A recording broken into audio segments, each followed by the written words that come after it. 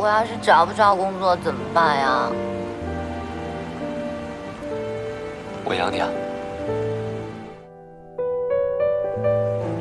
振荣，嗯，我想辞职了。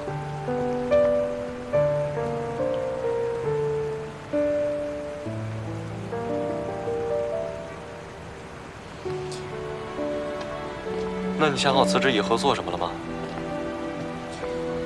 大学的时候，我的专业是建筑设计。毕业了以后，一时找不到工作，才误打误撞当了娱乐记者。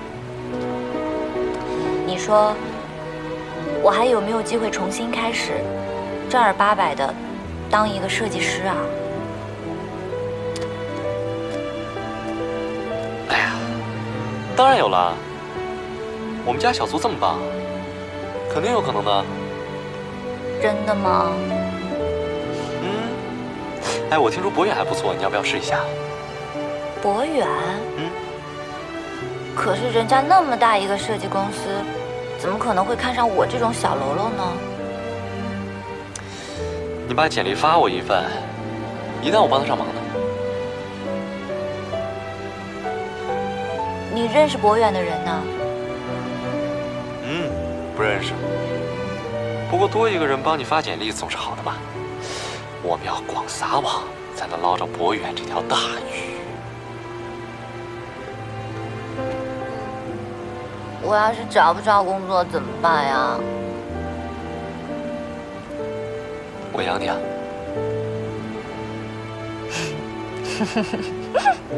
好啊，你说的，你养我啊。我说的。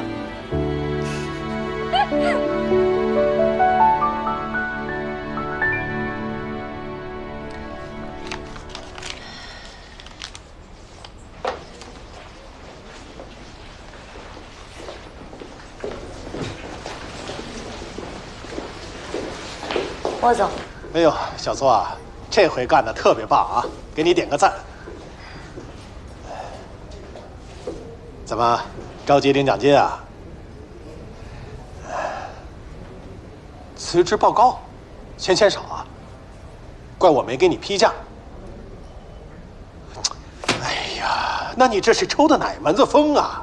我想做一名建筑设计师。那跟你不合适。你看啊，你不能随随便便。这段时间多谢您的照顾，谢谢了。哎，不是，这个。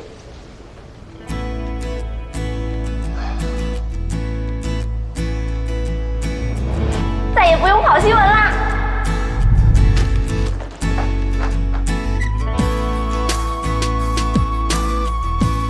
你说，我还有没有机会重新开始，正儿八百的当一个设计师啊？